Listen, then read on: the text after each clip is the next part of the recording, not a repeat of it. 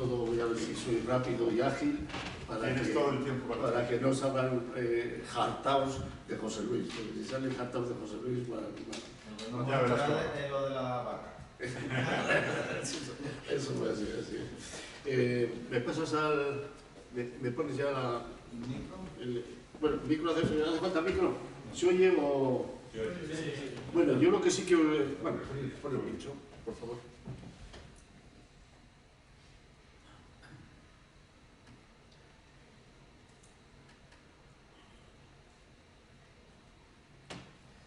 Bueno, voy a ver si me quito, no interfiero, o si no, o trataré de hacerlo sentado, porque si no de pie... Bueno, hablo sentado. Me gusta más de pie, pero es que si no... Bueno, buenas tardes lo primero, y muchísimas gracias, y felicitar a los que habéis hecho el vídeo este, y daros las gracias. Pero claro, dices, oye, que habléis demasiado de José Luis, coño, que me ha sorprendido. Muchas gracias, eso es lo único que puedo decir. Voy a ir contándoos un poco pues, las cosas que he ido relacionando, buscando sobre el ferrocarril, y bueno, tratar de dar una forma de decirlo por cómo progresó el ferrocarril. Entonces, bueno, voy a ir pasando. Entonces, voy a hablar, estos son los temas que voy a tratar: introducción a los trenes, primeras máquinas de vapor, primeros trenes con locomotora de vapor, incidencias en vía y trenes estacionados con locomotoras diésel, trenes estacionados con locomotoras de hidrógeno, y luego principales desarrollos para mejorar el confort. Los trenes pendulares, cambio automático de ancho de vía, trenes de muy alta velocidad y trenes propulsados de hidrógeno y equipos de mantenimiento. Entonces aquí os voy a decir lo que decía el profesor, ¿no? Bueno, como algunos, si os tenéis que ir, iros para que cuando ya os canséis no despertéis al que se haya dormido. Al final, así andaremos. Y bueno, para ver un poco qué es lo que pasó con el ferrocarril, pues conviene ver un poco la situación, porque es que ahora mismo, pues ya veis, se habla del Hyperloop. El Hyperloop, ya sabéis lo que es el tubo, este que va por dentro, levitación magnética. Y yo recuerdo en 1966, levitación magnética, que vi el primer tren de levitación magnética y dije, joder, esto es una maravilla y tal, pero claro, después tiene sus inconvenientes, los desvíos, las distintas... y bueno, apagáis un poco para que la parte esta de aquí, para que se vea mejor, o veis bien todos. Se ve bien. Bueno, entonces, pues claro, tenías la levitación magnética, pues es una tecnología inconmensurable. El consumo de energía, había que hablar un poco de ello, porque ahora mismo la energía es la base fundamental, pero estamos hablando del 66, ya estamos hablando de 50 años, y no ha avanzado. Si hablamos del Hyperloop, pues ya lleva 20 años y no avanza. Sin embargo, si analizamos un poco cómo avanzó el ferrocarril, pues resulta que en 20 años explosionó, 20, 30 años, 40 años, es que ya por todos los sitios empezó a avanzar. ¿Qué quiero decir con esto? Quiero decir que el ferrocarril es un sistema pues que además de aparecer en el momento crítico de la forma de transporte, pero tiene unas formas que dan la sensación de que va a durar mucho tiempo. Porque si nosotros avanza la tecnología de tal forma que podemos poner los carriles completamente derechos, alineados y sin que cedan, el límite de velocidad pues la definirán, pues eso, pues como decimos, la aeronáutica, ¿no? Porque claro, ya que muevan el aire, la presión del aire, que llegue un momento en que el avance se complique, ¿no? Estamos hablando 400, 500 kilómetros por hora. Bueno, entonces pues ya veis aquí cómo estaba el sistema de transporte. Los carros para viajeros, pues ya veis las diligencias, hay escritos por ahí, que habían viajado en una caravana rapidísima y tal. Pues ya veis, 144 kilómetros día, media 6 kilómetros la hora. Aquí ya vemos otras que con otros transportes que hacían, vamos, con cambio de mulas y tal, pues ya veis, unas 30 leguas al día en 1850, media 6 kilómetros. Entonces, pues, claro, no extraña que cuando aparece el ferrocarril, aquello fuera de un avance tremendo. ¿Cómo estaba el transporte de mercancías? Pues ya veis, estaban en la zona del norte, pues con la pareja de bueyes, en Cataluña, pues el transporte de los maderos por el río, ya veis cómo los transportaban y con los carros que los llevaban. Claro, con esta situación, pues vuelvo a insistir un poco, la cosa avanzó con cierto. Bueno, y entonces ya aparece el ferrocarril. La primera máquina de vapor pues aparece en 1803, en 1891 pues ya había máquinas de potencia, y aquí ya veis, a mí me gusta con los pintores porque es que buscan un poco la forma, la realidad. Y entonces este señor, ¿qué se le ocurrió pintar? Pintó tantos caballos tirando como tenía la locomotora.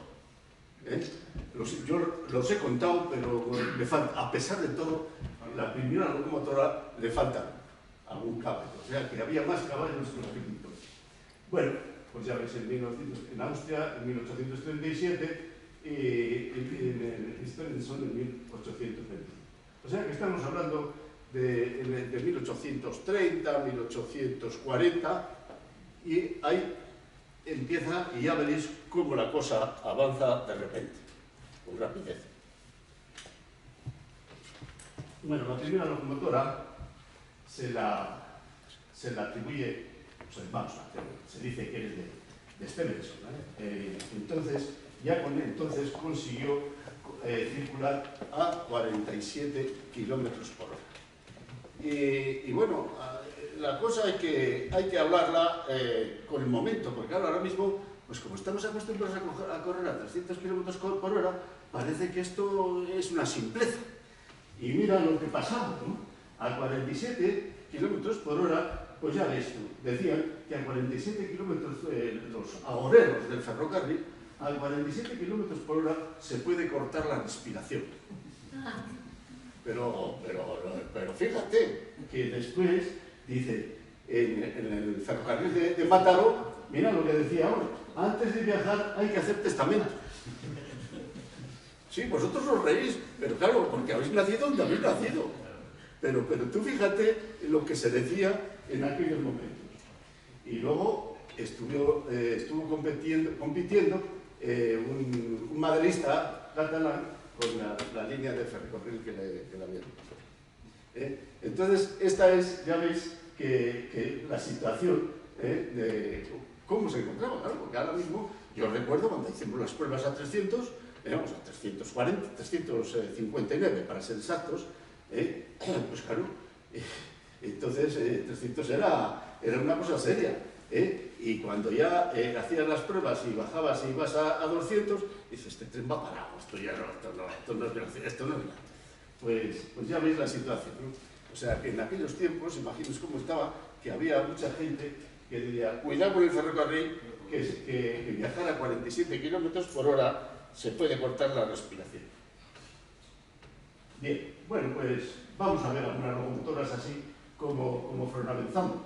Pues ya veis, en 1829 en el estado de Homestead, en 1834 en La Habana, Nápoles 1840, Langreo 1820, 1852 y Mataró 1848.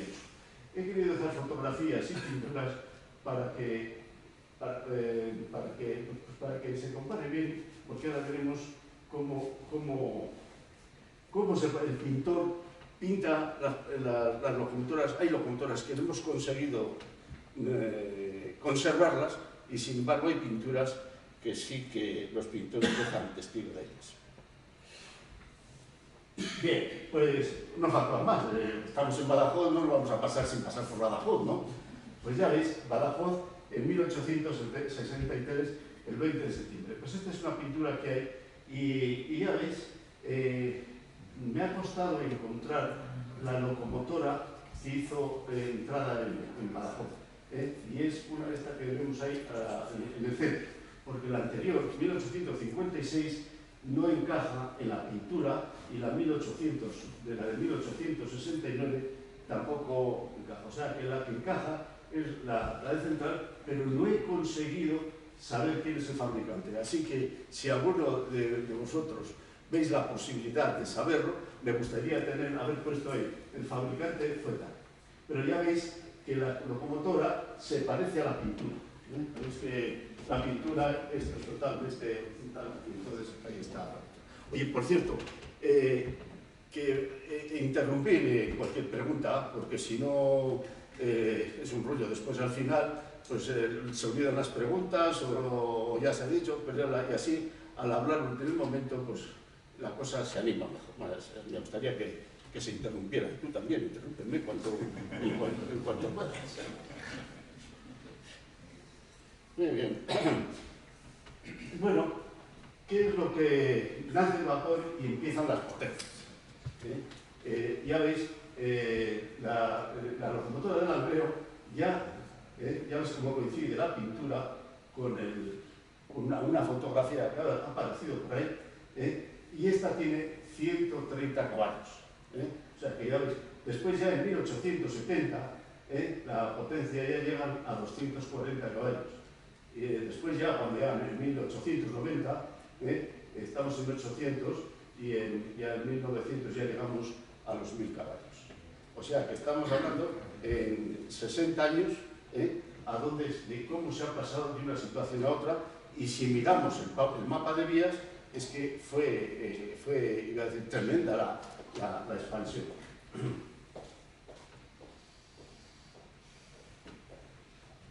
Bueno, entonces pues no podían pasar de alto las locomotoras que hicieron época y a dónde se llegó a trabajar con ellas. Entonces aquí ya veis la locomotora más grande del mundo, la Ricoy, con un peso de 530 toneladas, 40 metros de longitud y año de fabricación 1941. La potencia, 6.000 caballos, 6.300 caballos, corría a 130 kilómetros por hora y tenía una fuerza de tracción de 31.800 kilos, o sea, 70 vagones. 70 vagones pues serían como casi 2 kilómetros de tren, más o menos. Y una de las cosas que insisto mucho y que esto es para ver la diferencia de la tecnología, ya veis, la vida de la locomotora, 1,5 millones de kilómetros. Fijaros los costos que salieron por kilómetro, cuando luego vemos que una locomotora jubilada de Talgo, una locomotora de las del 2000 o 3000 que se jubilaron, vamos, que están retiradas del servicio, se han retirado con 8 millones de kilómetros. Fijaros la importancia que tiene el mantenimiento y el avance de la técnica.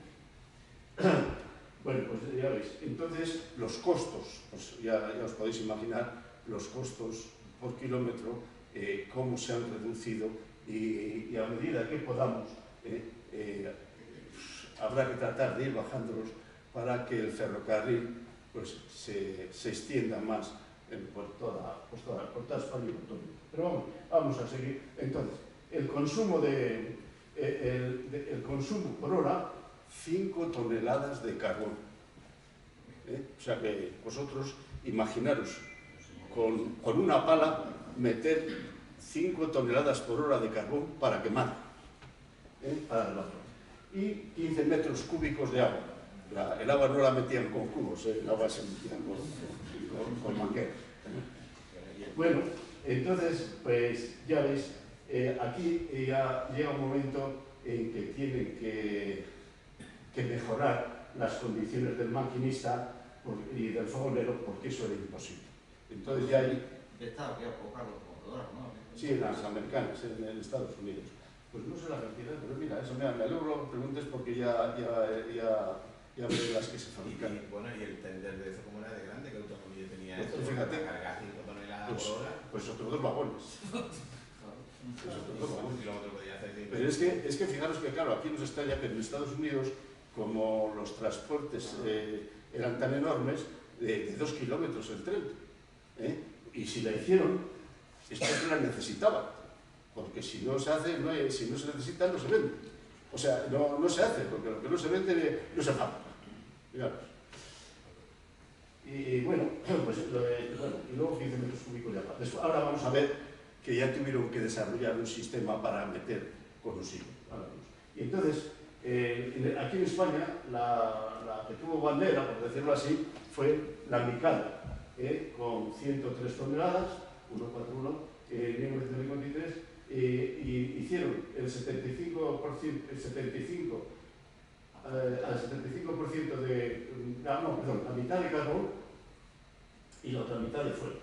Y la potencia, 2.000 caballos a 115 km por hora y 4.000 kilómetros. Pero esta sí que esa fue una vivencia, esto me lo contaba a mí un maquinista. De Madrid a Aranjuez, 59 kilómetros, llegaban a meter 1 tonelada de carbón.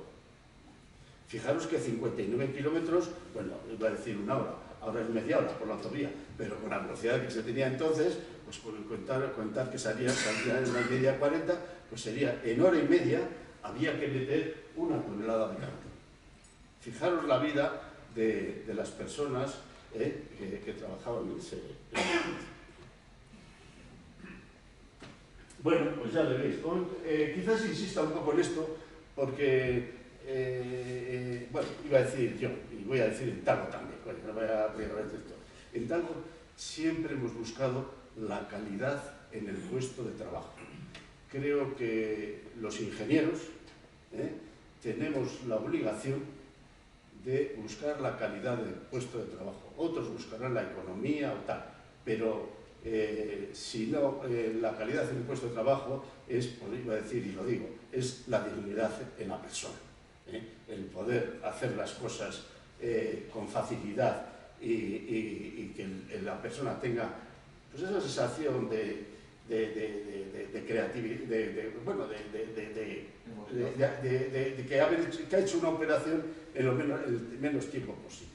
Entonces, por eso insisto un poquitín en esto.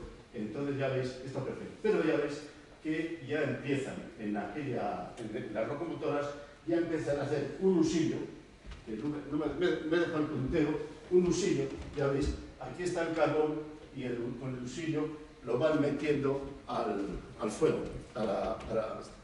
Sí. Oiga, ¿y usted piensa que los puestos de trabajo de cualquier sector económico, en especial el del ferrocarril, que usted conoce también, corren peligro con el avance tecnológico? Ya que se ha dado colación este tema de la calidad de vida. Lo que pasa es que me da miedo, por eso decía que esto, y es que ahí tengo en mente una situación que esto. Yo estaba entonces en activo y hago una máquina para, bueno, aquí torno de foso, ¿sabéis lo que es torno de foso? Para reperfilar las ruedas de los trenes también se desgastan las ruedas para reperfilar los trenes. Y vamos un día a montar, no voy a decir dónde, a comprar una máquina, un torno, y se armó allí un follón, coincidió el día que fui por allí, porque vi que estaban trabajando en él y montando, y me meto en el foso, el torno de foso, estamos en el foso, y se empieza a amotinar la gente alrededor de nosotros. Estábamos 2. Y empiezan a decir, esta máquina va a parar a 12 personas. Esta máquina va a parar a 20 personas. Pues claro, ya no tenían que desmontar las ruedas de los trenes y todo esto para tornear, se tornean sin desmontarlas. Y bueno, pues viene uno por allí riéndose de lo que está pasando y dice, tú no te rías, es una imagen que os la cuento pues porque la viví así tan. Y le dice, tú no te rías porque vas a ser el primero que va a salir a la calle por esta máquina. ¿Qué es lo que ha pasado? Pues que ese taller, gracias a esa máquina, empezó a recibir un montón de trabajo y metió a más gente, en vez de echar a los que el otro decía que echaban. Quiero decir que la tecnología nunca reduce puestos de trabajo. La tecnología lo que da es más calidad de puesto de trabajo y por tanto genera más, por decirlo así, más producción, con lo cual se tiene capacidad para dar trabajo a más gente. No sé si te he contestado o dices así, pero no hay ningún caso, yo no conozco ninguna industria que por montar una máquina haya tenido que echar a gente. Normalmente siempre se han dado los casos que al montar una máquina ha generado más trabajo y ha podido meter más gente. Admito su respuesta, pero tengo dudas. En fin. Sí, hombre, lo que sí que está claro es que la calidad de vida no puedes comparar. O sea, que efectivamente dices, oye, que por esta máquina se han jubilado a 40 personas. Coño, pero la máquina está produciendo para que esos señores estén jubilados y estén viviendo de que los otros están pudiendo trabajar. En mi pueblo, había, pues fíjate, había gente, agricultura, vinieron la cosechadora y hace ya todo el trabajo. Coño, sí, efectivamente, los segadores, sí, pero los segadores después resulta que como el grano era más barato, podían trabajar en otro sitio y tener más calidad de vida. O sea, que la tecnología nunca ha generado paro. Que pueda venir, yo de predecir no me meto, pero no te convence, ¿no? No, lo que pasa es que... de lo que vaya a pasar en el futuro. Sí, lo que pasa es que dices, oye, que yo soy un poco mayor, pero que el haber vivido donde ahora se ha estado viviendo y cómo se estaban haciendo las cosas, el haber llevado los bueyes, el ir a arar, el ir a segar, todo eso, gracias a las máquinas se ha quitado. Y yo no conozco que de mi pueblo haya ido ninguno al paro. ¿Se le puede poner un impuesto a los robots y la compensa, no?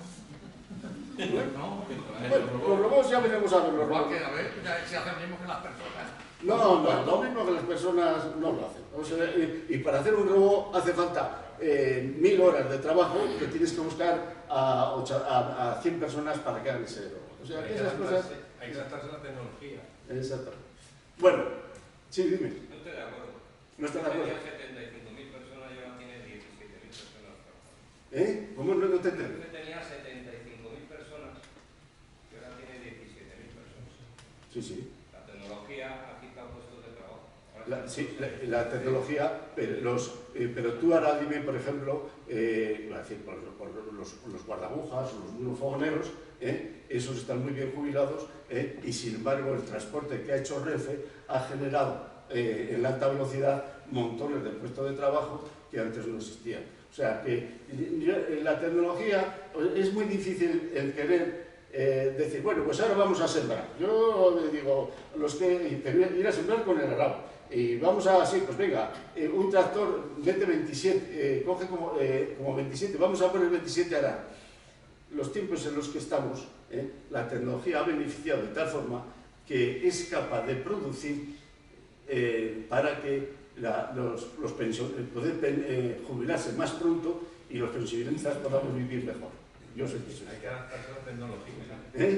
Hay que adaptarse a la tecnología, a la sociedad, y hay que adaptarse a formarse. Lo que tú no puedes hacer es, si has sido fogonero, es decir, la educación te ofrece muchos ámbitos, ¿no? Dentro de Renfe, pues a lo mejor se ha bajado muchísimos puestos de trabajo, trabajo primario, pero eso te puede generar lo que tiene la sociedad, lo que tiene que estar abierta a formarse. Porque no puedes decir siempre ser lo mismo en tu vida. La sociedad que tenemos, si no hubiera tecnología, sería imposible que se pagasen las pensiones de los que no estamos trabajando. Si lo estaríamos todos pues, trabajando primariamente. ¿Cómo vamos a ver? Yo estoy de acuerdo con usted. Vale.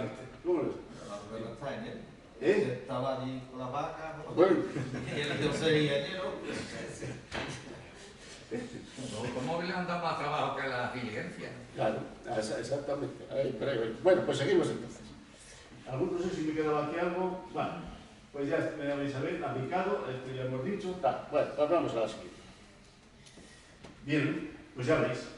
Ahora ya dices, vamos a comparar la tecnología. Pues ya veis, este es la cabina de mando del Big Boy y el maquinista que teníamos en 1941 y pues ahí tenemos el maquinista de la locomotora, esto. Que es una comparación, ya sé que es una comparación, iba a decir, muy simple, o ingenua, como se quiera, vamos. Pero la misma persona, fijaros el trabajo que está haciendo él y lo que va haciendo el maquinista de otro. ¿Qué quiere decir? Pues que eso es, en general, es la pura humanidad. ¿Dónde hemos ido a parar de la forma? Y estamos hablando de una calidad de puesto de trabajo que va bastante buena a la situación del otro, en este caso, pues que va ahí, pero que iba a decir sí, va pues como principio, no por necesidad. El otro va en chaqueta y el otro va en mono. ¿Eh? El otro va en chaqueta y el otro va en mono, comiendo... No. Tú no, hombre. No. Tú mira lo que tiene la cabina. El de la chaqueta no se puede montar ahí en la otra máquina. ¿Eh? El de la chaqueta no se puede montar ahí en la otra Se máquina. mancha. Primero que se mancha. Y segundo, que son conocimientos distintos y físicamente... Totalmente de acuerdo en eso. ¿No? Y físicamente, pues ya ves tú la forma, el trabajo que tiene que hacer uno.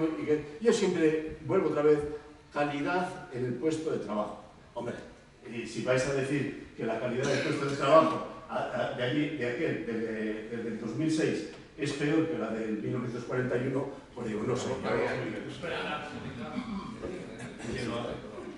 es réplica, eso lo que... Bueno, pues seguimos entonces. Bueno, que también están las vías.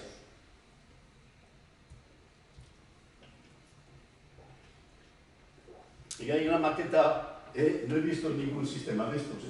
Yo sí. Es la maqueta. En Alemania tenían hecho un bloqueo. Esto es una gozada, el equipo este. Pues ya ves, tiene una serie de enclavamientos entre sí, de tal forma que si tú das el paso en una vía, te bloquea este enganche y no te deja venir la continua, con lo cual el operador no se puede confundir, no puede meter a dos trenes por una vía determinada. Esto, claro, pues ya veis, ¿cuántas vías hay aquí? Pues tantas como vías, ya veis, una entrada como aquella, pues estaba gobernado o asegurado por ese sistema.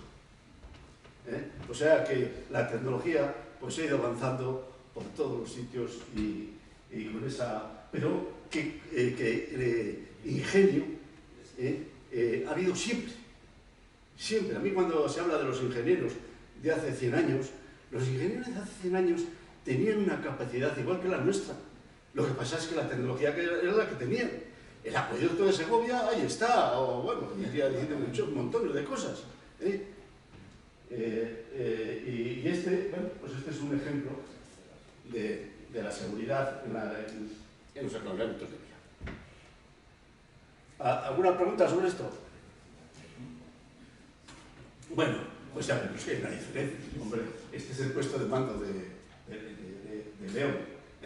Ya veis que, y esto, pues simplemente con una sillita, hace todos los cambios correspondientes de las instalaciones, y esa es la situación actual. Bueno, también he querido poner un poco para cambiar un poco de esto, pues, que se le dio tal importancia que se han hecho estaciones que son verdaderas obras de arte. Pues ya ves, está la Bilbao, Lima, Helsinki, Atocha. Y bueno, pues también hay que ver que de las incidencias que ha habido en vía, ¿no? Hay cosas que, bueno, aquí he puesto esta, por ejemplo, pues ya veis, que alguien le dio tracción a la locomotora y no se dio cuenta que no avanzaba. Y eso pasa, y lo he puesto ahí, porque claro, parece que estamos todos empeñados en que los ingenieros españoles somos los peores. Y dices, coño, que todas las cosas pasan en todos los sitios. Y he puesto ferrocarriles suizos, pues porque son ferrocarriles suizos, que también en todas las casas se comen habas y en la mía a calderadas, se dice por ahí. Bueno, y entonces, pues ya veis también, ahí tienes, en este caso, pues están cruzando las ovejas. ¿Vosotros habéis visto una foto de estas, cruzando las ovejas las vías? Sí. Ah, sí, que las habéis visto. Bueno, fotografías sí, pero realidades. En realidad. En realidad, ¿no? Pues fíjate, porque ese hace muchos años que pasó, Ese hace muchos años. Bueno, y entonces, en los túneles, cuando se va por los túneles, pues bueno, lo primero que tenemos, oscuridad. Y si se patina en un túnel, ¿cómo se nota cómo se da cuenta el maquinista de que está patinando en el túnel? No, si no se ve. Tocando la pared. Sacando la escoba y tocando en la pared para ver si avanza o no avanza. Ese es iba a decir el ABS, el control de movimiento del tren que tenían en su momento. Luego, para que os hagáis una idea, son cosas que les cuento así, contrastes, porque es que si no, pues bueno, la tecnología del ferrocarril pues ya está en las escuelas, no es cosa de tratar esto, sino cosas que pasan después en la realidad. Pues en Estados Unidos, con esos trenes tan largos que decíamos, pues cuando ponían más de 3 locomotoras, les faltaba aire para la cuarta, porque entonces no había como ahora el mando por radio. Entonces en aquel momento solamente tenían mando por cable. Y entonces, claro, si tú metes un tren de 2 kilómetros, pues lo lógico sería meter una locomotora a 1,5 kilómetros atrás. Pero, como no tenían mando, tenían que llevarlas juntas. Y cuando llevaban más de 3 locomotoras, les faltaba el aire para la cuarta. Bueno, lo de las carronillas de las ventanas, eso es para el viaje, es una cosa así más importante.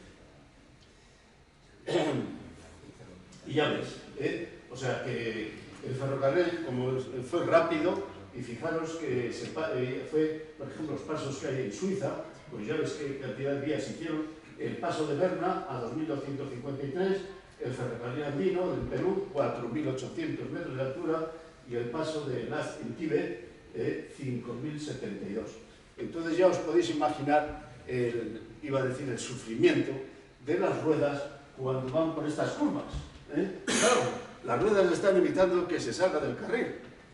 Y entonces hay unos problemas que ya iremos viendo.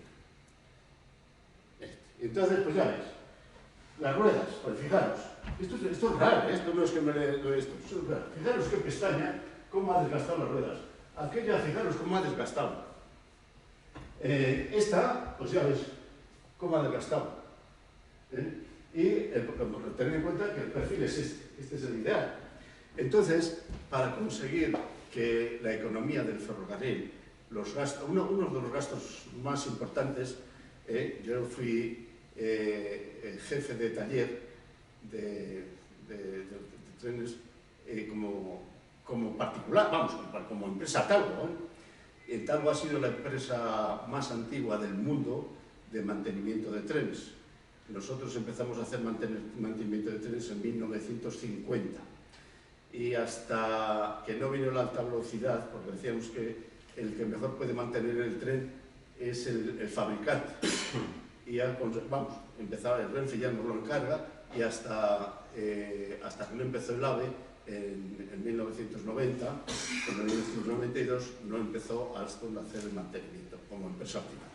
Bueno, entonces como empresa privada, claro, tú tienes que sacar los números de lo que te interesa, que es la forma de hacerlo más baratas las cosas. Pues la forma, el mayor costo que teníamos era el consumo de ruedas y el consumo de forros de freno. Entonces, claro, las ruedas, pues teníamos que buscar una forma de alargar la vida de las ruedas. Y entonces, en vez de llegar a estos desgastes, lo que hacíamos es, cuando ya desgastaban un poquito, como hasta, ya ves, unos 3-4 milímetros, cogíamos y las torneábamos. Con lo cual, volvía otra vez a funcionar el guiado bicónico. diado bicónico, luego hablaremos un poquitín, es el que autocentra las ruedas sobre la vía. Y además, ya con esas condiciones, pues tampoco se estropean los carriles.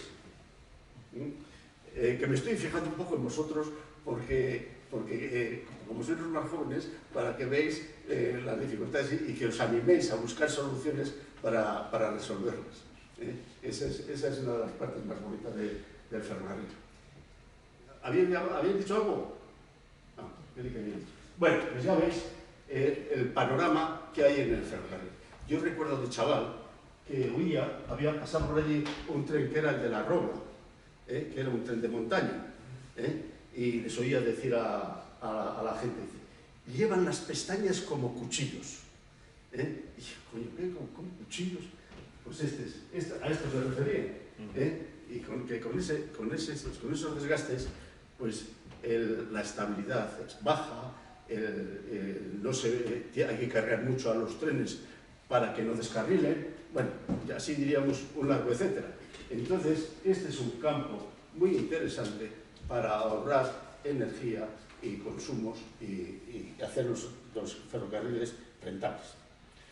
Y entonces, pues resulta que había un ingeniero en los ferrocarriles de la Robla, que tenía un problema, estaba director en los ferrocarriles, y resulta que, claro, lo que os he dicho antes, como tenían que, para que no descargasen los trenes, pues necesitaban peso, pues sí, llevaban el carbón desde las minas de León a Bilbao.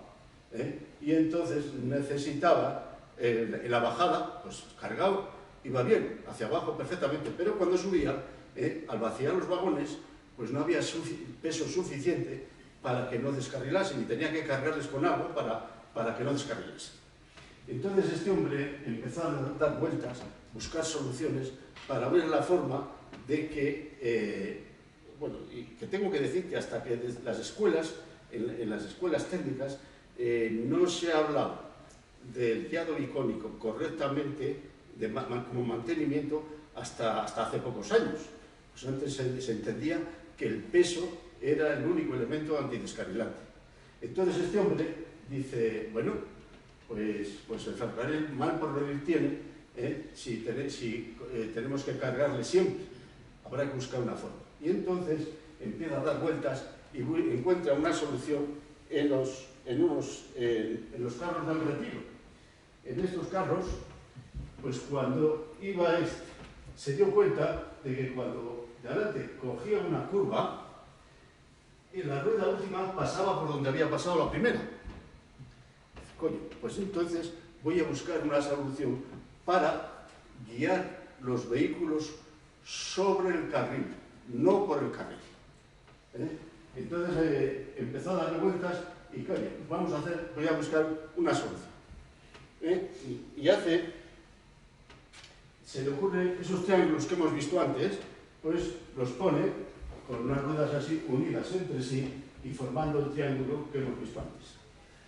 Y con este triángulo, pues el 21 de agosto de 1941 alcanzó 75 kilómetros por hora. Y claro, dices, oye, sin suspensión, sin amortiguación, solamente las ruedas limpias y que no descarrilasen, pues algo había visto este hombre, algo tuvo que ver. Y dices, pues esto, y bueno, y vamos a ver qué es lo qué pasaba, o qué es. Entonces, pues, ¿qué pasa? Pues mira, luego ya hablamos de esto, pero vamos a hablar de esto que hemos visto antes. ¿Qué pasa? Pues que con los bogies de mercancías que él tenía en el carro, pues ¿qué pasaba? Que cuando entraba en curva, la centrífuga empujaba hacia el exterior. Y al empujar hacia el exterior, la rueda tocaba la pestaña tocaba por la parte de adelante. Y al tocar por la parte de adelante, tendría a subirse, a descarrilar. Y entonces necesitaba peso para que esto no fuera así. Y entonces, en los triángulos que hemos visto antes, ¿qué pasa? Que como iban a tirar de adelante, la rueda tocaba, la centrífuga era igual. La centrífuga es igual para los castellanos, para los vascos, para los catalanes, para los andaluces, para todos tenemos, la centrífuga es igual para todos. Y entonces la centrífuga empuja a la rueda hacia afuera, pero aquí en este caso toca por la parte de atrás, en vez de por la parte de adelante, como en este caso de aquí. Al tocar por la parte de atrás, ¿qué hace? Pues empujar a la rueda hacia abajo, tenderla a que se pegue. Y por eso pudieron correr a esa velocidad sin haber descargado. Bueno, pues ya lo veis, esa es la gran diferencia. Pero ¿qué pasa? Que luego este tren, cuando están las locomotoras de vapor, no había ningún problema, porque a la locomotora de vapor había que darle vuelta. También, pues se le va a la locomotora y al tren. Pero después ya con las locomotoras diésel hay que buscar una solución para que, claro, cuando vas hacia atrás, si vienes en este sentido, pues vas peor que este. Y entonces se busca una solución del guiado de los ejes para que toque la pestaña en el centro de abajo. Al tocar justo en el centro de abajo, la centrífuga sigue siendo igual para talco y para todos, pero al tocar en el centro de abajo no genera ninguna fuerza ni de levantamiento ni de pegada. Ahora bien, por tanto, ahí lo tenemos ya completamente en condiciones y vemos que eso funcionó. Y entonces habló con Oriol, que era un empresario, y formaron la empresa Talgo. Talgo es tren articulado, que esa es la articulación que vamos a ver, ligero, Goicoechea, que era el ingeniero, y Oriol, que era el empresario. Bueno, esto más o menos está claro. Hay que dar muchas vueltas para tenerlo. Pero bueno, vamos a comparar el guiado sobre la vía o el guiado bicónico. Cuando las ruedas están completamente torneadas, pues tienen este perfil, que es el mismo de estos conos. Ya lo veis. Y entonces estos conos siempre van por la vía, claro, cuando avanza, cuando va en este sentido, va para allá. Pues ¿qué pasa? Que este diámetro es mayor que este, por tanto el rodillo se viene para acá. Cuando está acá, este diámetro es más mayor que este, entonces se va para allá. Bueno, entonces esto que se llama guiado bicónico, pues ¿cómo decir? Yo cuesta entenderlo y creerlo. Y entonces creo que las personas, y sobre todo los ingenieros, tenemos que estar muy convencidos de que lo que estamos haciendo es así. Y sí, porque si no, nuevas ideas es difícil si no hay una base de conocimiento para ir a por más. Entonces, les puse, hice un útil, que ya veis, que eran simplemente 2 barras y los 2 rodillos. Y entonces pues, tenían un poquitín pendiente. Y les puse un bolígrafo ahí para que al bajar esto. Y entonces hacíamos apuestas a ver si alguien era capaz de poner los rodillos tan centrados que no hicieran el movimiento del lazo. Nunca se consiguió. Imposible. Imposible.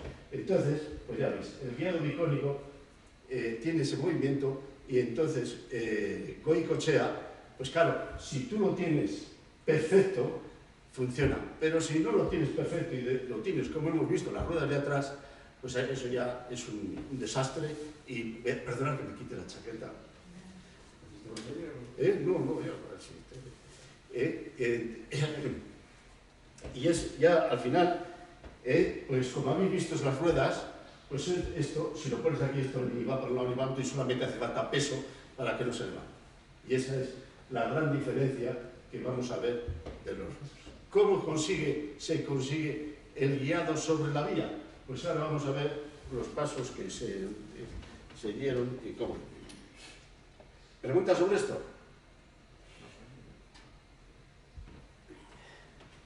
Bueno, pues esto aquí no me entretengo porque si no vamos a andar mal de tiempo, porque ya me estoy pasando, ¿verdad? Ya estoy jodido.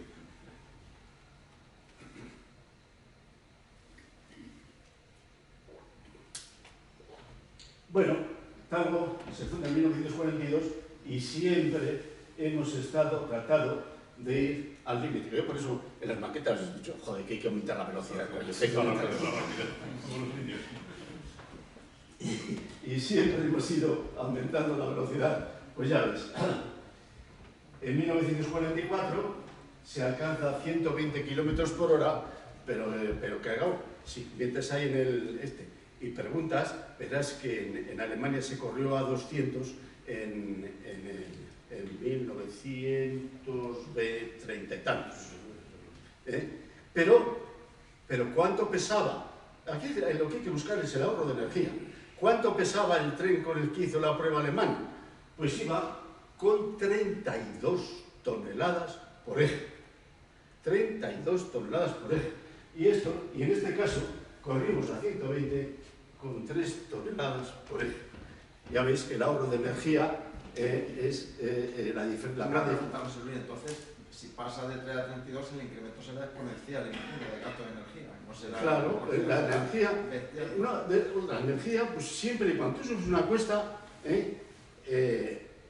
pues, después, si la recuperases toda al bajar, pues diría, no tiene más importancia. Pero en los trenes, pues ya siempre comento, ¿no? Y tenemos el ahorro en la recuperación de la energía. Pero la tecnología es la que tenemos. Y la tecnología, de ese ahorro, de esa energía que tú has consumido, solamente te devuelve el 60%, en el mejor de los casos, solamente te devuelve el 60%. Por tanto, la energía, lo mejor que podemos hacer es no consumirla. Y la forma de no consumirla es con la ligereza de los vehículos. Y luego las tecnologías de guiado que vamos a ver y todo esto. Pero vamos, la parte fundamental es lo que has dicho, el peso. ¿Alguna pregunta más? Bueno, pues ya veis, vamos subiendo a medida que va pasando el tiempo. Ya en 2006 ya llegamos a los 375 y después, bueno, pues las formas de cambio automático, cambio automático, en el Banco de Múnich llegamos a 500 kilómetros por hora. En ese día, era un viernes y ese día estábamos allí y el jefe del banco de pruebas pues se para a 240 kilómetros, 450 kilómetros. Se para y dice, no, es que no podemos subir, que ese es el máximo que han llegado todos los demás trenes. Digo, mira, ya le convenzo, empezamos a mirar, vemos las ruedas, vemos los discos, vemos que los resultados, todos esto, bueno, pues sube un poco más. Pues ya sube ya a 460. Después sigue esto, ya llegó a 450.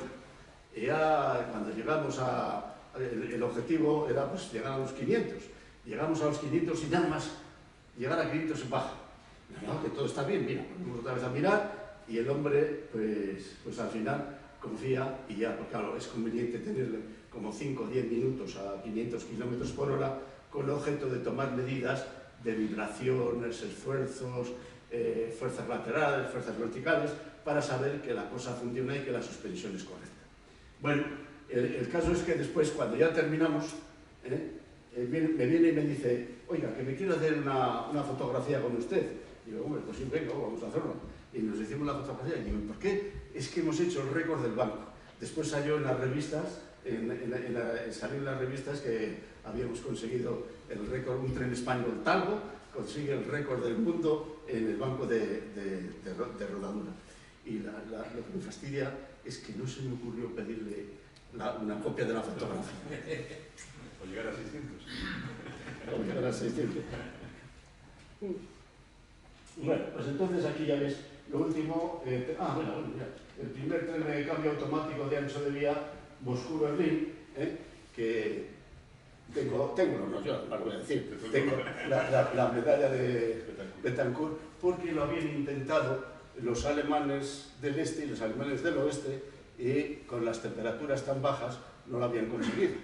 Y entonces pues se puso en marcha con el sistema Talgo, y ya también os lo digo a vosotros, por una simpleza, porque dices, bueno, no se podía hacer el cambio pues porque se acumulaba hielo, y unos trataron con agua, otros iba a decir con vino, con todos los medios, pusieron resistencias, y claro, bueno, ¿por qué no hacemos una cosa tan simple como tú tienes los trenes los coches a 32 grados bajo cero, exterior, y interior llevas viajeros, y los viajeros tienen que ir a 22, 22 grados, vamos a poner 22 grados.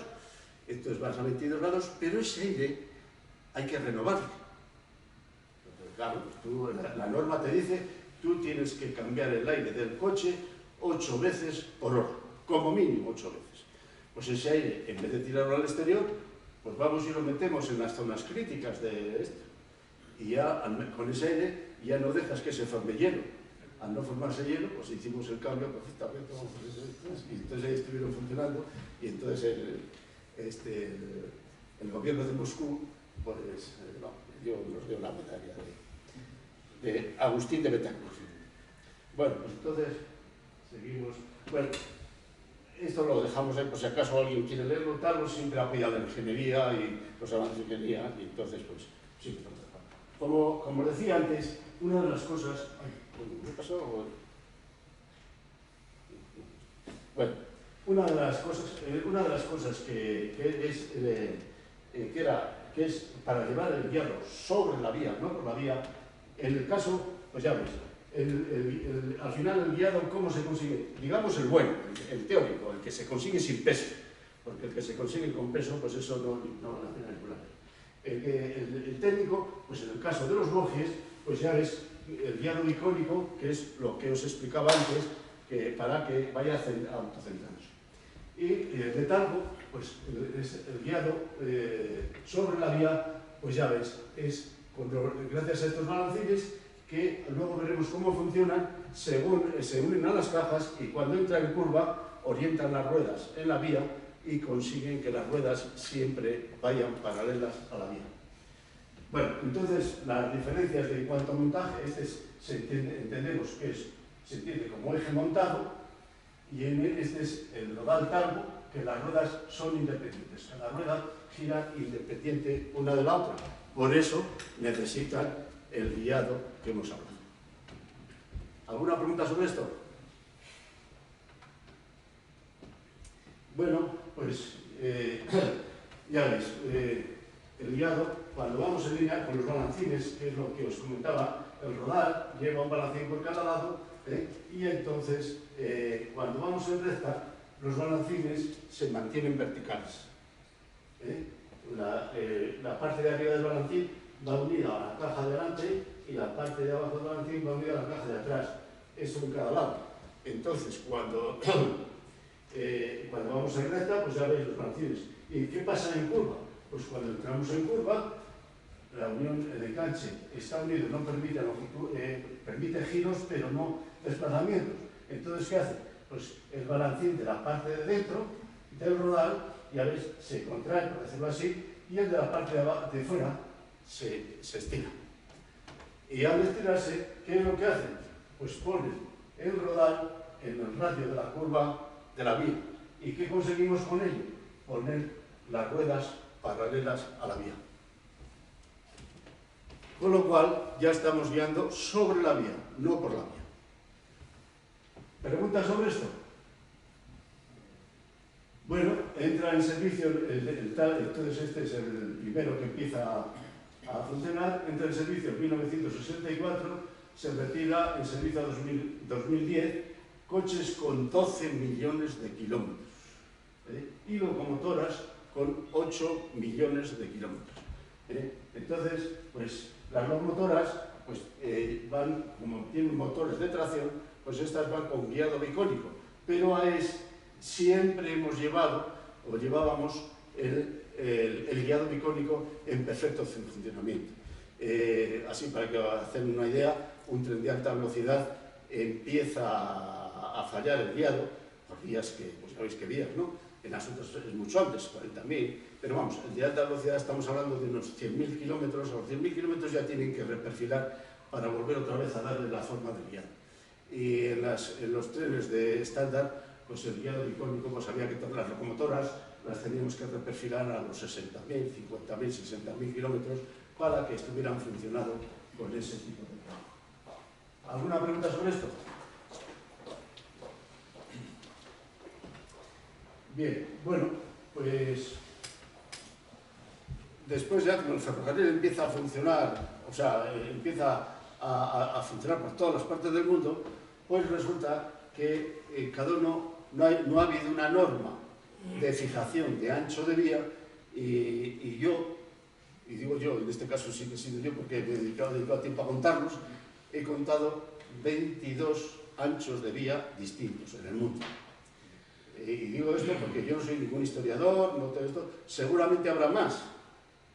Pero bueno, y si hay alguno que lo sepa, que me diga, oye, que hay 23, encantado de la vida. Si me dice que hay 18, ya me costaría creerlo porque tendríamos que ver uno por uno, etcétera.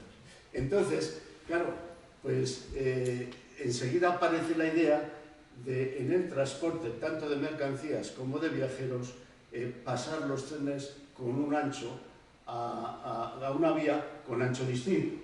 Y entonces empieza a haber patentes de distintos sistemas con el cambio automático de ancho de vía, y entonces la primera patente de ancho de vía pues es en 1896.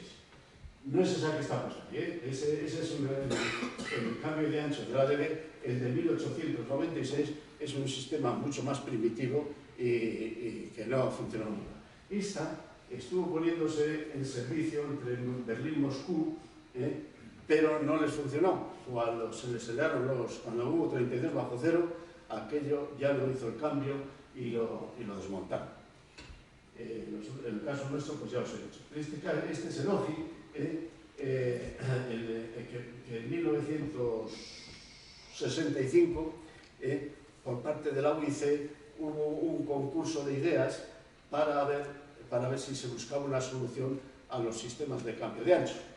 Y entonces el OGI fue el ganador del concurso. Talgo se presentó al concurso, pero como era con rueda libre, no entró en el concurso, sino simplemente recibió una mención, porque claro, el concurso era para eje montado. Y Talgo, como os he dicho, era. Entonces ya desde 1896, pues ahí ha habido, iba a decir, cientos de patentes. No sé si igual exagero mucho cientos, pero a cientos, pero a los 100 seguro, a las 100 patentes seguro.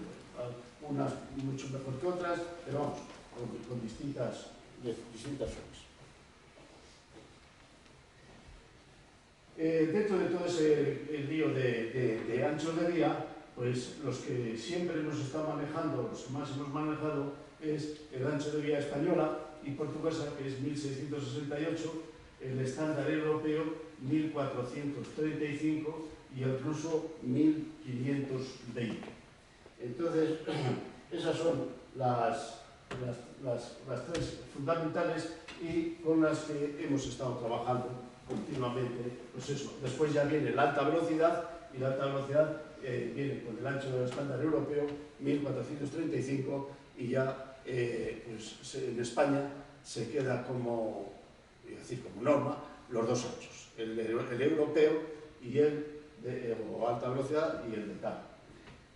Fijaros la calidad del cambio, en este concurso europeo, el cambio de Renfe le dieron una mención importante, se veía muy seguro, y bueno, entonces ya lo pusimos en marcha, se puso en marcha rápidamente, y ya empieza a funcionar en 1968. Bueno, entonces empezamos con el primer cambio, el sistema de cambio de ancho, vía estándar europea, vía Renfe. Este es el primer, ya una vez que empezó a funcionar en 1968, el primer cambio automático de ancho de vía, y entonces, pues estamos hablando de 1967. Y entonces teníamos muy poca credibilidad los ferrocarriles españoles con los europeos. Y entonces resulta pues que claro, vas y dices, oye, que tengo un sistema de cambio de ancho que vas en contra de la definición del ferrocarril. El ferrocarril son dos ruedas montadas que no se pueden mover. Y van los de Talgo y dicen, oye, pues tengo un sistema de cambio de ancho que cambio las vías, cambio de ancho de vía y vale para las dos vías. Bueno, os podía contar montones de historias de incredulidad, pero no, si no llegamos. Pero sí que os cuento, pues antes de poder circular por Francia, nos hicieron hacer 180 pasadas.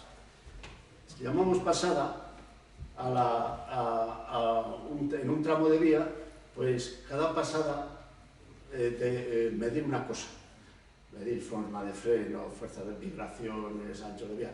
Y así 180 veces, y cuando ya dieron todas ok, pues ya nos quedamos en que ya nos dejan pasar por Francia, y mira por dónde en la última pasada, pues no sé qué pasó, el caso es que alguien desconectó la continua. Y entonces, pues claro, fueron a frenar y llenaron todas las ruedas con planos, porque desconectaron el antibloqueo. Al quitar la corriente continua, pues no funcionaba el antibloqueo o el ABS, para que el ABS, y como el freno lo teníamos muy alto para los ferrocarriles franceses, todas las ruedas. Y entonces pues hubo que traerle a España para poderlo retornar y para poder volver a hacer los ejes. Y dio la casualidad de que venía un maquinista que le llamábamos el Gabardina, y era el hombre, pues tenía datos de poeta. Y entonces en el libro de reparaciones, se anotaba todo esto, pero él metió una hoja, porque en el libro de reparaciones se respetaba, bueno, se sigue respetando, eso ahí no se puede escribir nada que no sea correcto, ¿no? O sea, que no sea del servicio, eso está claro. Es un tema, se va a decir, de jurídico, ¿no? O sea, que ahí no es. Pero coge y deja puesta una hoja en la que escribe: hay talgo, qué mal te han tratado, pasaste a Francia deslizante y seguro y has vuelto saltando como un canguro. Entonces, y eso ha quedado para la historia, claro. Después ya pues, se reparó ya. El problema con Francia continúa, ¿no? Esto es así. Ahora como el abril también. Bueno, entonces ya se pone en el servicio, se sigue trabajando para optimizarle, y ya entra en servicio el 29 de mayo de 1969. Claro, pues todo el mundo tenía complejo de la distancia entre caras de las ruedas, entre caras internas. Si dices que el ferrocarril es una cosa fija y tú la mueves, pues oye, pues iban todos los días, en aquel momento yo estaba de jefe de talleres en Barcelona, iban todos los días a Ginebra un grupo de franceses a medir las distancias de las ruedas.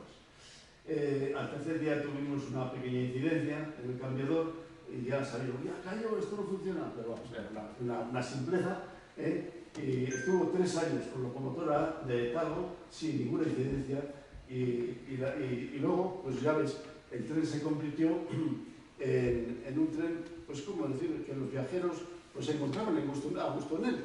Y entonces resulta que hubo una tramontana en Francia y bueno, se nos perdió el tren. Así dicho así. Oye, me llaman, yo estaba entonces viendo el tren, y me llaman a casa, oye, que se ha perdido el tren. ¿Pero cómo dices? ¿Qué se ha perdido el tren? Sí, que no saben dónde está. Entonces había habido tramontana, habían caído árboles en las vías y tal, y habían quitado los teléfonos, no funcionaba. Entonces ya hasta que salió ya cerca de Portbou, y le oye, que ya ha aparecido. Pero habían ido los maquinistas, los mecánicos de talgo, y todos quitando árboles por la vía, los árboles de la vía, para pasar. Bueno, en resumidas cuentas, que pusimos un tren para sustituirle por si los viajeros querían venirse en otro, y no quisieron continuar en el tren y llegaron a Barcelona con 1020 minutos. Ese es el mayor retraso que he visto en un tren y que hayan querido continuar los viajeros, por eso lo dejo ahí puesto. ¿Alguna pregunta sobre esto? ¿Cuánto tardaba el tren hasta donde Suiza has dicho? Ginebra. De Ginebra a Barcelona. ¿Cuánto tardaba? ¿Cuánto tardaba? Pues 8 horas. 8 horas, sí. Salía a las 10, igual algo menos. Salía a las 10 de la mañana y llegaba así, a las 6 de la tarde, 8 horas. Una pregunta. Sí.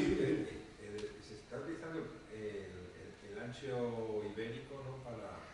Porque ahora se está construyendo desde que está Extremadura, desde Plasencia aquí abajo, por el ancho ibérico, ¿no? realmente es porque es mejor para mercancías, para que tengan la dualidad pasajeros mercancías. Es una duda que tengo yo. No, o sea, a mí me comenta, ¿no? Es que el problema que Extremadura, claro, en Extremadura se está haciendo plataforma AVE, ¿no? Lo que es plataforma, pero claro, lo que es la vía es de ancho ibérico. Según he oído yo, cuando quieran un día pueden volverla a poner en ancho europeo. Y esas dudas que tengo así técnicas... Técnicamente, para bajas velocidades, o sea, ya había que entrar en mucha complicación. Para bajas velocidades no hay diferencia técnicamente de un ancho al otro. Normalmente son problemas de costos porque por decir algo, que no estoy diciendo que esto es así, que haya tal cantidad de miles de vagones de mercancías que tienen ancho y entonces es más rentable mantenerlo así aunque haya que poner un cambiador en tal sitio. O sea, con esa situación. Pero técnicamente... las velocidades pueden ser las mismas, ¿no?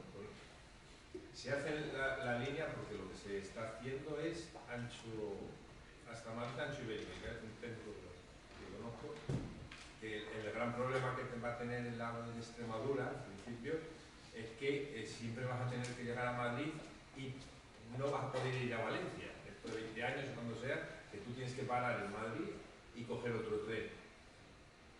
No, bueno, ahí cuando llegues a Madrid, ¿qué tendrías que hacer? En principio, no, pero estamos hablando de mercancías o la línea que se está construyendo es de ancho ibérico. Sí, por eso digo que... Por lo tanto, cuando llegues a Madrid para conectar con Valencia, tienes que hacer un... Pero estamos hablando de mercancías. No, es una vía que va a valer tanto para mercancías. Sí, pero puede ser mercancías y viajeros. De viajeros hay ya tener de sobra con cambio automático de ancho de vía y eso no hay ni eso. Entonces, en mercancías, pues ahí me imagino que el problema pues vendrá por ahí, porque hay más vagones, tantos vagones de mercancías que no es rentable para hacer el transporte, porque si pones la vía estrecha, vamos, la vía estándar europea, y dices, oye, y no tienes mercancías, no tienes vagones, pues estás perdido. Por eso, pienso que será algo de eso. ¿no? Es que hay mucha crítica, es que hay políticos que dicen, no, es que nos están haciendo un AVE, ¿no? Un AVE con ancho ibérico, y entonces, pues, los aves, es una jerga que está ahí que dice... Los aves son de ancho ibérico y de ancho Renfe, ya todos valen prácticamente para esto. Es el mismo ave que tenemos en Cádiz. De Cádiz a Sevilla es ancho ibérico. Y después de Sevilla... Para alcanzar las velocidades... Sí. Es que es alta velocidad y el otro es velocidad alta. Sí. Se llaman así, ¿no? Es que hay mucha crítica en este AVE de Extremadura, hay muchos políticos que dicen, no, es que nos han colado un ancho ibérico, no un ancho... Sí. Si ponemos a circular por las vías de alta velocidad las mercancías, ¿van a poder mantener la alta velocidad los trenes de alta velocidad? Ese es un tema que en Alemania lo han intentado y no les ha funcionado. En España todavía no se está en ello. O sea, que poder circular, pueden circular. Lo que pasa es que hay que exigir una calidad en la rodadura que los vagones de mercancías todavía no tienen. Es que me imagino como es un circuito de Fórmula 1 a camiones de 30 o 40 toneladas trazan todo. Por eso digo. No, pero es que para ir por las vías de alta velocidad, el peso que se admite son 16 toneladas por eje. Y en las otras pues pueden ser 20 y tantos o 30. Entonces, por eso es un problema de rentabilidad del transporte, que eso tiene que estar, hay que, ¿cómo decir?, matizar muy bien por qué se hace una cosa o por qué se hace otra. Pero porque destrozan el carril, ¿no? Quiero decir, porque el carril lo destrozan, ¿no? Por el peso, ¿no? No, bueno, el carril en Estados Unidos está circulando con 32 toneladas, o sea que el carril, aguantarlo lo aguanta. Pero después están, que para mantenerse la calidad de vía hay que buscar otras formas o sea, menos peso. Bueno, entonces ya cuando empezamos, este fue el tren que estuvo circulando Barcelona-Ginebra durante muchos años,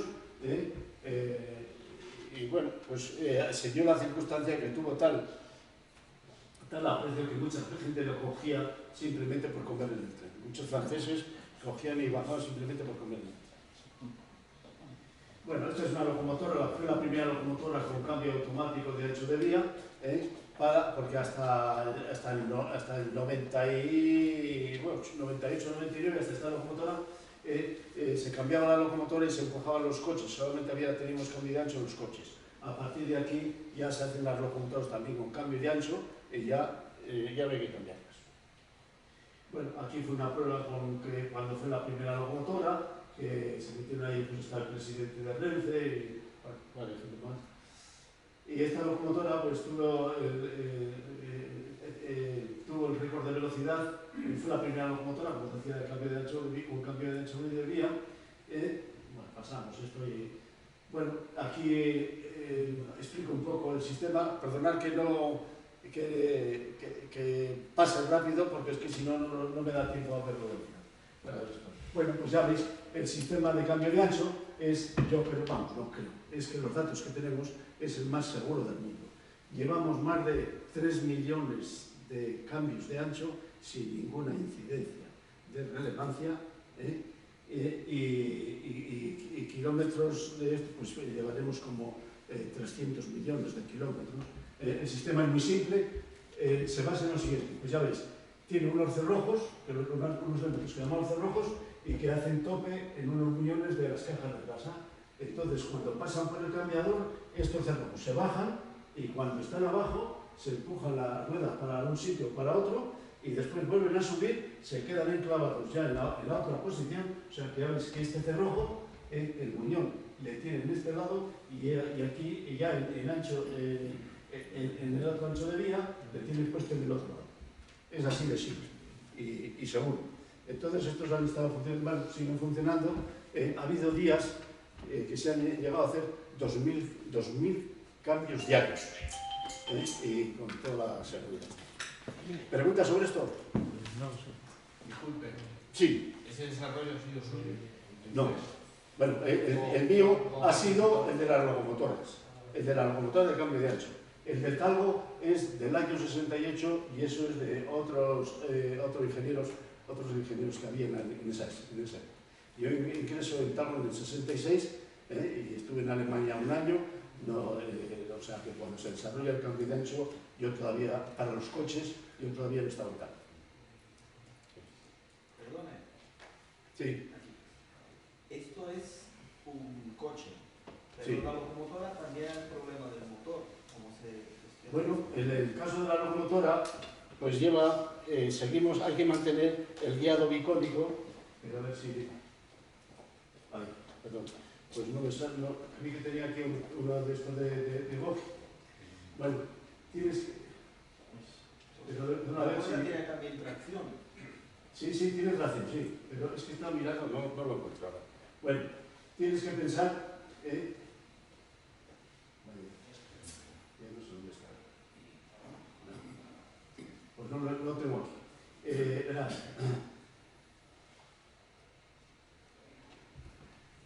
En este caso, en el caso de la locomotora, pues lo que hago es unir este eje con el otro con un estriado, de tal forma que en la locomotora tenemos guiado bicónico. Y sobre ese estriado es sobre el que damos la tracción. Así, como le cuento cuando cuento por allí muchas veces, cuando viene el tal, dices que sí, que el cambio pues está tal. Pero ahí el gran problema que tuvimos, el gran invento es que, claro, tú como ese estriado le disminuyes el volumen, entonces tiene que salir el aire.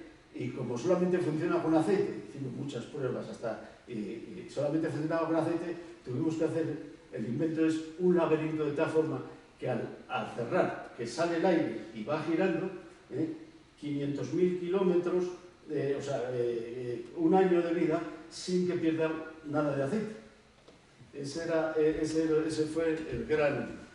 Perdón. Ya me ha contestado, gracias. Voy a preguntarle por eso, precisamente, el tema de la lubricación. El tema de la lubricación, pues ya digo, empezamos con grasa y nos duró poco, pero vamos, lo pusimos en el emboje de mercancías. Y duró poco. Al final tuvimos que ponerlo con aceite y buscar una forma de que al hacer el cambio, como va girando, ese aceite, el aire que sale, cuando se abre, no tiene problema, porque se aumenta el volumen, por tanto hay presión, no se expulsa. Pero cuando se cierra, cuando se estrecha, ese es el problema. Y ahí es el laberinto, el estudio del laberinto, para que no perdiera el aceite.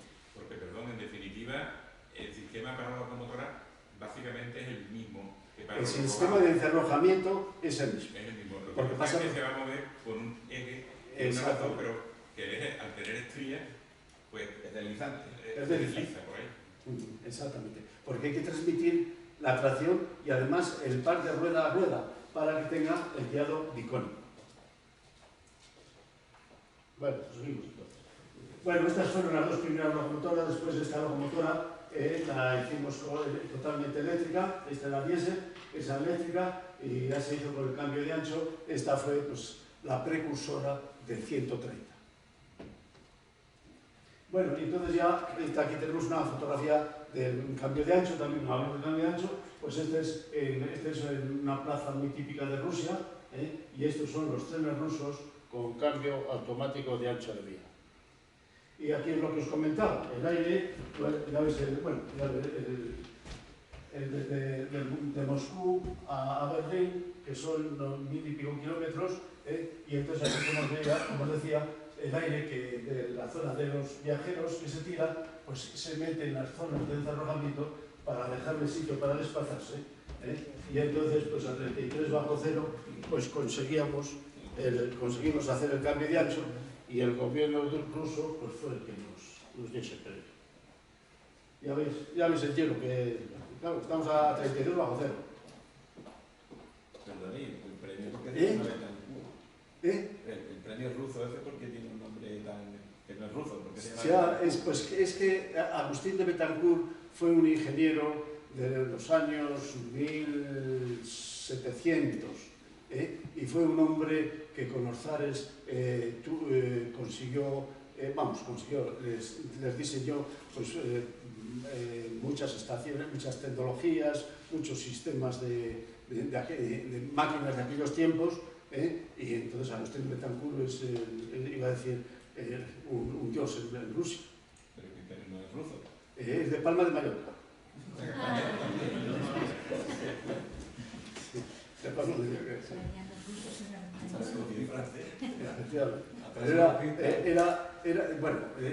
Debía de ser un hombre extraordinario. Hizo ingeniería en España y después se fue a Rusia. Sí. Bueno, pues seguimos. Pues ya veis, con el asunto de la guerra, pues se sigue haciendo esto así. ¿Qué hacen? Levantan los coches y sacan los bojes de un ancho y después meten el otro. Y esto con los viajeros durmiendo. Y así están funcionando. Bueno, estos son los cambiadores en España, vamos a seguir. En 1970, voy a seguir, Renfe toma la decisión de reforzar las vías, mejorar la calidad, y ya se permite circular a 1,2 metros segundo cuadrado en el plano de la curva. Y entonces, pues ya aquí vemos varias locomotoras que también se desarrollan ya con ese carril resistente. Bueno, aquí vemos unas pruebas de unas locomotoras con cargas y unas situaciones especiales. En el carril ya, como decía, a 1,2 metros segundo, se empieza a medir esfuerzos en rueda. Estos papeles que veis ahí pegados son cargas extensométricas que te dan en tiempo real la fuerza de contacto rueda-carril, que es, pues, como decir, muy eficaz para investigar y para ver qué suspensión tienes. Bueno, si tú tienes mala suspensión, pues estás viendo que los esfuerzos en vía aumentan, entonces hay que modificar, etcétera, etcétera. Entonces, con esto se ve hasta 450 km por hora en tiempo real la fuerza de la rueda sobre la vía. Si tú ves que la rueda no se levanta, por decirlo así, pues puedes seguir la velocidad aumentando la velocidad. Si ves que disminuye, pues hay que hacer inmediatamente parar. O sea, que esta es la clave para tener la alta velocidad, o sea, para investigar y tener la alta velocidad. Bueno, pues ya veis en distintos puntos, y luego también en esa época empieza la fabricación. Ya veis, siempre nosotros, otra de las cosas que manejamos mucho, porque os decía, calidad en el puesto de trabajo, pues ya veis, en la soldadura de los coches y tal, en vez de que tenga que montar las cosas el operador hacia arriba, hacia abajo, pues lo que hacemos es voltear los coches para que siempre esté sobre gravedad. O sea, por soldaduras por gravedad y las condiciones de trabajo, pues facilitarlas. Y entonces, bueno, llega la pendulación. Entonces, cuando ya se puede correr más por las curvas, pues viene, por una parte, está lo que es la basculación. Se busca una forma, si son los dos, ya son, voy a terminar. Bueno, y tal va por la pendulación. Entonces, aquí vemos que en el caso de los trenes convencionales, sabiendo la inclinación de la curva, la velocidad, pues se inclina el coche para que el viajero no supere la centrífuga. La centrífuga del viajero en un tren no debe superar el metro segundo cuadrado. Entonces, en el caso de Talgo, ¿cómo lo conseguimos? No tenemos esos elementos de mando y conseguimos, al tener la suspensión, al tener la suspensión, pues el comportamiento del caso de los trenes Talgo es como el tío vivo. Pues ya ves que cuando gira se inclina y el viajero no coge centrífuga. ¿Pregunta sobre esto? Entonces, Talgo tiene los trenes pendulares y los demás trenes son basculantes. La basculación tiene ciertas complicaciones porque si se equivoca el ordenador, pues arma una. En el caso de la física es imposible, la física sigue siendo, hasta para los coches sigue siendo igual. Se inclinan y se inclinan, no hay más.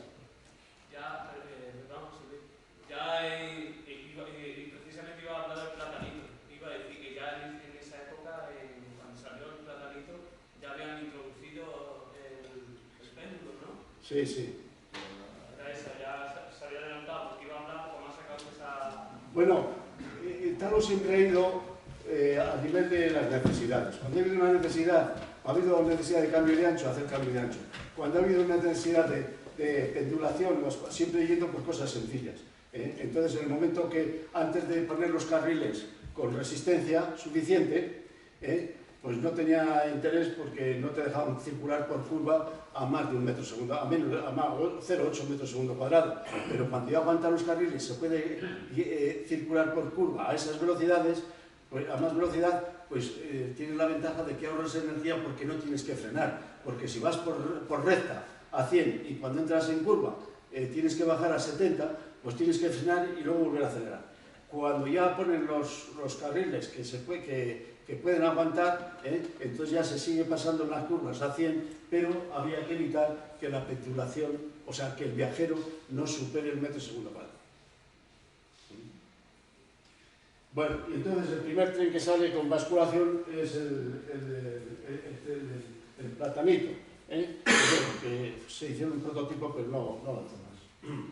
En el caso de los trenes pendulares, Talgo, trenes pendulares, y ya veis aquí el comportamiento, cómo se ve en el caso del Talgo en la curva. Cuando va en recta, pues el que vivo está parado. A medida que va girando, pues va entrando en curva y ya cuando llega arriba se inclina más. Y entonces aquí pues he marcado estas líneas para que veáis. En el caso de la locomotora no lleva pendulación, no lleva ni pendulación ni basculación y se gira un poquitín hacia el exterior. El coche intermedio se inclina un poquitín porque no lleva solamente media basculación, porque llevan los motores y no se le pone basculación.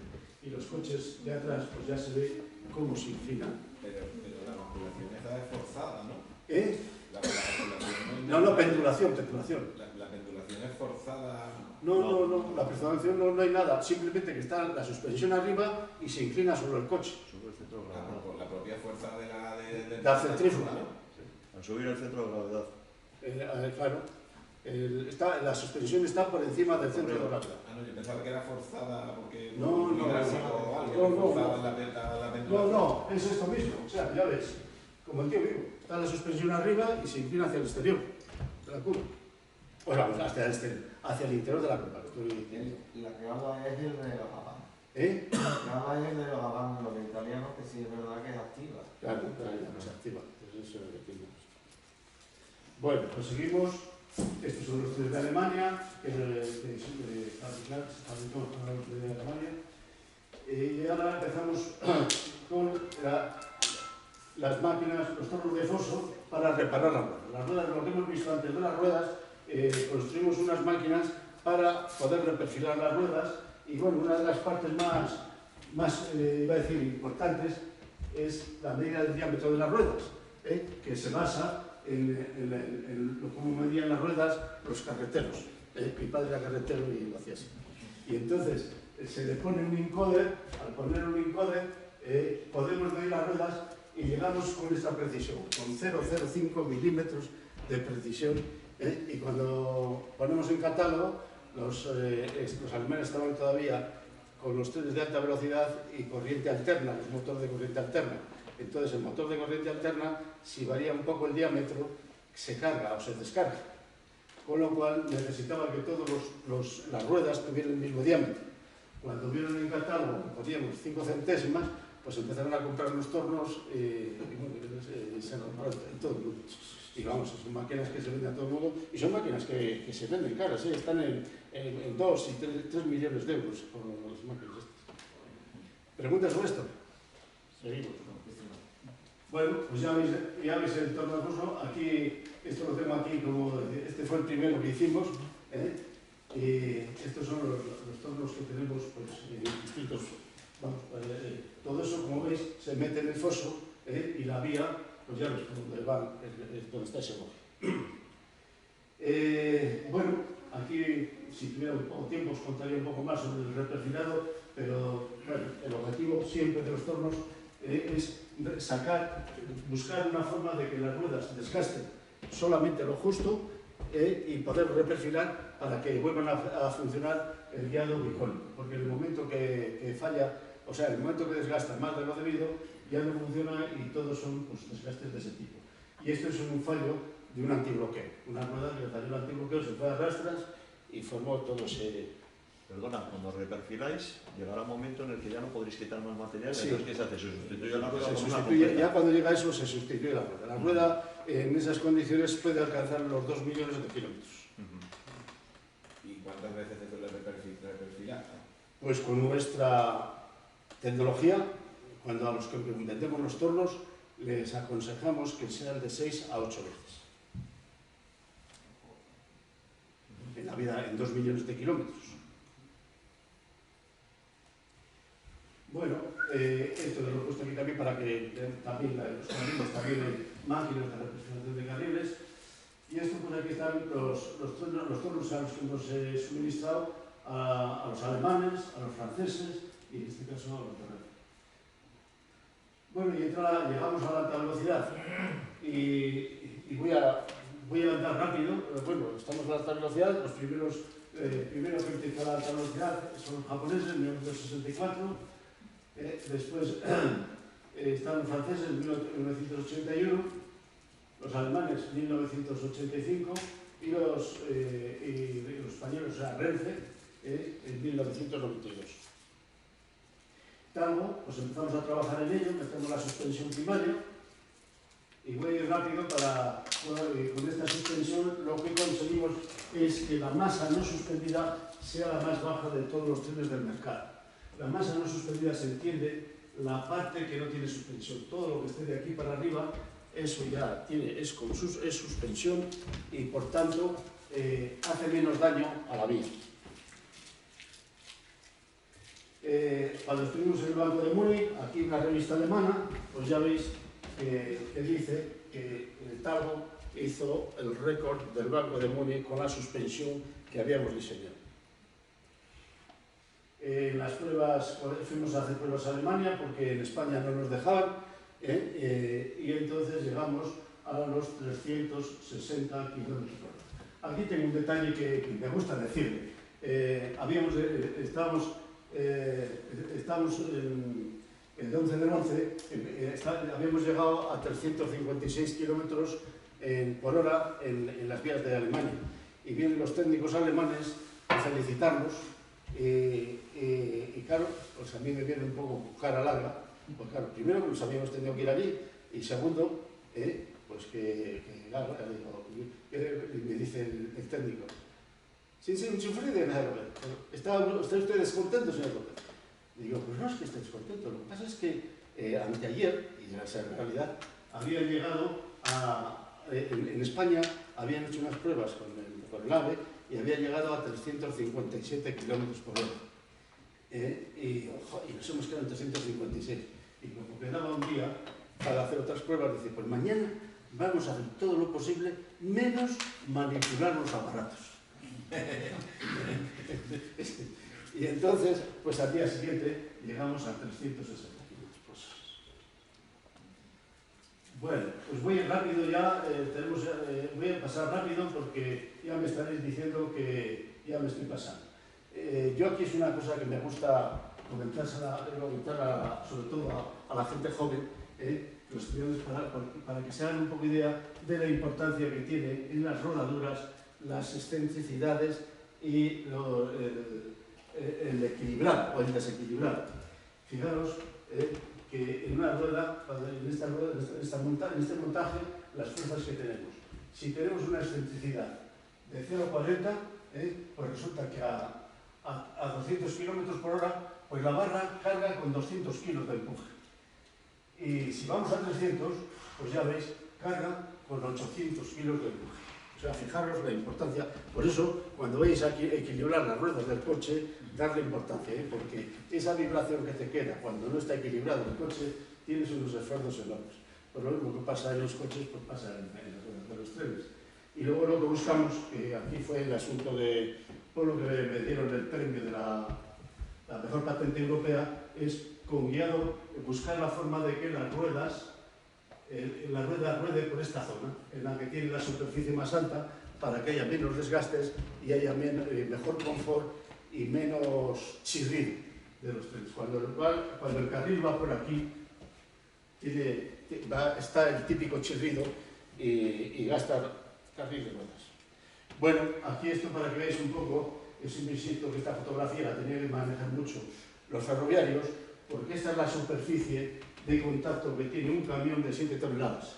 Y esto es la superficie que tiene, de contacto que tiene la rueda de un coche, la rueda de un tren, de 8 toneladas. Entonces, por eso, entre otras cosas, la fuerza de desplazamiento es entre 6 y 10 veces mayor en un camión que en un tren. O sea, que el ahorro de energía en los trenes es importantísima esta.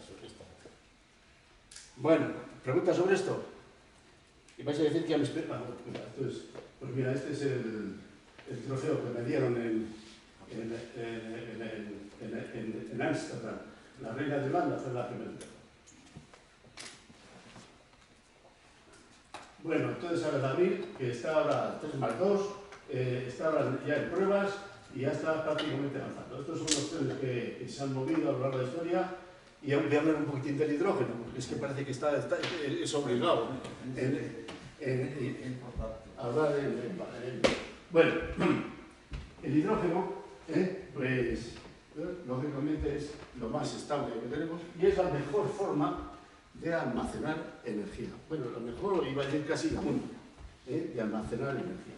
Entonces, hay dos formas de sacar la energía del hidrógeno. Una, pues es, lo pasas a una batería, y en esa batería entra por un lado el hidrógeno puro, por otro lado entra aire y después sale calor y agua. Por tanto, no hay contaminación y sale pues, corriente eléctrica.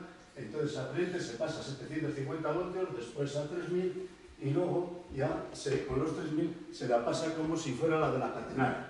Se le pasa a la locomotora. Y entonces, pues de ahí ya vamos se forman los obturadores, el transformador, y luego ya tenemos el motor de tracción. Este motor de tracción, pues cuando va subiendo, lógicamente da adaptación a la locomotora, y cuando va bajando, pues el freno manda la corriente otra vez a unas baterías, y esas baterías ya se vuelve a mantener el circuito. Este es el esquema del funcionamiento con hidrógeno. También se está, ahora mismo lo que pasa es que todo eso está, pues cómo decirte, está muy a la espera. Hay motores, los motores diésel se les puede aplicar y se las aplicará en vez de gasoil hidrógeno, que también podrán llegar a funcionar. Lo que pasa es que los rendimientos igual son más bajos. Entonces ahí está, de momento se está funcionando con la pila de hidrógeno. Pero entonces el diésel es introducirle diésel, o sea, hidrógeno al motor de combustión interna. Cuando dice usted diésel, es en vez de utilizar, o sea, un motor de combustión interna, introducirle el hidrógeno. Que explote dentro del cilindro como si fuera diésel. Sí. Todo eso que parece una simpleza, la cosa es complicada, porque claro, después tú tiras el agua, o sea que estás llenando el pistón del motor de agua, y eso para engrasarle y para mantener, o sea, por eso digo que yo los contactos, yo tengo bastantes contactos con los fabricantes de motores de potencia para ferrocarril, y siempre que hablo con ellos, siempre hablan con esto, pero sí ya están en los bancos de prueba motores hasta de 1000 y pico kilovatios, ya en el banco de prueba funcionando con hidrógeno. Después de la estación tendría agua, ¿no? Sí, claro. claro. La válvula de escape lo que sale es agua. Claro, sale agua y luego, pues eso, con el calor lo que hace es expandir el aire para empujar el pistón hacia abajo. Esa es la situación. Bueno, eso está en embrión, me imagino que eso irá avanzando y iremos viendo con el tiempo. El futuro, claro, lo usted... Pero, pues, ¿va a ser este el futuro? ¿Va a ser el futuro del hidrógeno o no sabemos todavía? Es que el futuro, bajo mi punto de vista, el futuro es tener energía eléctrica a punta pala. Porque el hidrógeno, si tú la usas el hidrógeno, estás desperdiciando mucha energía. Entonces, pero es que no hay otra cosa, no hay otro elemento con el que se pueda almacenar la energía. Entonces están los sistemas, por ejemplo los pantanos, que por la noche cogen, como no se consume corriente, la corriente que no se consume se echa el agua al pantano y al día siguiente te vale para volver otra vez a generar energía durante el día. O sea, que es una forma de almacenar. Y el hidrógeno es una forma de almacenar energía. Entonces, claro, pues tienes las dos soluciones, con la pila y luego metérselo a diésel. Pero, así como consumo de energía, pues es la mitad de rendimiento que con el gasoil. O sea que si hay gasoil o combustibles que no contaminen, que se reduzca la contaminación, pues igual le ganan al hidrógeno, porque el hidrógeno tiene un rendimiento muy bajo. Pero claro, todo eso está por ver y de momento ahora lo que hay que hacer es investigar con el hidrógeno para no quedarse atrás, claro, lógicamente. Y esa es la situación. Y entonces Talgo pues tiene ya montadas las locomotoras y bueno, aquí pues las formas de hacer con el hidrógeno y las conexiones. Esta locomotora se mueve con hidrógeno y aquí está el tren ya en funcionamiento con hidrógeno. Y aquí es otra... Sí. Perdone, ¿eso quiere decir que esa locomotora lleva un tanque de hidrógeno? Bueno, el tanque de hidrógeno está en los coches. Esa locomotora es eléctrica. Pero se almacena hidrógeno. El coche llevas hidrógeno en depósito. ¿En estado líquido? En estado líquido. A 350, hay dos formas de almacenarlo. A 350 atmósferas o 700. En Talgo lo estamos almacenando a 350. ¿Y el problema de la explosión? El problema de la explosión, pues es ahí hay un problema que tenemos y yo por eso muchas veces digo, oye, si no hay túneles, pues ahí tampoco pasaría mucho, pero si hay túneles, pues ahí tienen que estudiar y asegurarlo todo muy mucho, todo eso. Bueno, yo ahora esto ya es esto, ya no os doy más lata, ya con esto se termina. Entonces, mira, lo que sí que quería es que esta lámina, pues cómo decirte, de propaganda para los ferrocarriles, coño, que tenemos que defender el ferrocarril. Entonces, el tren Talgo en 1950 consumía 0,72 litros a los 100. Bueno, 5,82 gramos kilómetro que pedíamos antes, pero esto es 0,72 litros a los 100. El Talgo en 1980, pues ya estamos en 0,639 litros a los 100. El Talgo 200 con locomotora eléctrica, pues estamos hablando de 0,25 a los 100. Y aquí viene el engaño como en el hidrógeno. Y por eso quiero que todo el mundo, o sea, que no vengamos con esto. Aquí, pues ya veis, consume 25 kilovatios, o sea, 0,25 litros a los 100. Pero eso es en el pactógrafo. Y hay que hacer la corriente hasta llegar aquí. Y normalmente, en el traslado de la corriente desde la central hasta donde se consume, pues casi se duplica. Entonces, por eso, y entonces el hidrógeno, pues ¿qué haría? Ahí sería como un elemento que dices, yo lo tengo almacenado, pero ese hidrógeno ha costado hacerlo el doble de lo que te estás consumiendo. Esa es una diferencia. Y luego ya el tal Waube 2006, 36 vatios, y estamos hablando ya con alta velocidad 0,36. Y entonces aquí he puesto en una revista alemana que se hablaba del consumo de los trenes. Entonces decía que los aves franceses se consumían 10 gramos, mientras que los trenes coincidían entre 8 y 10. Y claro, pues las comparaciones, pues ya veis que los datos que tenemos, pues prácticamente pues son los mismos. Y entonces ya veis, el TGV, kilómetros plaza, eso es otro problema, hay 1,73, y los trenes de 9 gramos estamos 1,25. Esos son los consumos que se manejan. Y esto, pues yo, el coche de carretera, que es una de las cosas aquí, aviación, que he puesto para comparar. Aviación, 17 gramos, 2,12 litros a los 100. Y luego, el coche de carretera, 6 litros a los 100. Pero como según la estadística que hay por ahí, que van dos por coche, pues en el coche de carretera estamos hablando, hay que hablar de 3 litros a los 100. O sea que para comparar estamos hablando de 0, 639 del asiento de un tren a 3 de un coche. Es que es muy importante el consumo de energía en todo esto. ¿Hay alguna pregunta? Bueno, pues muchas gracias. Entonces siempre digo, somos ODS, Objetivo de Desarrollo. Muchas gracias.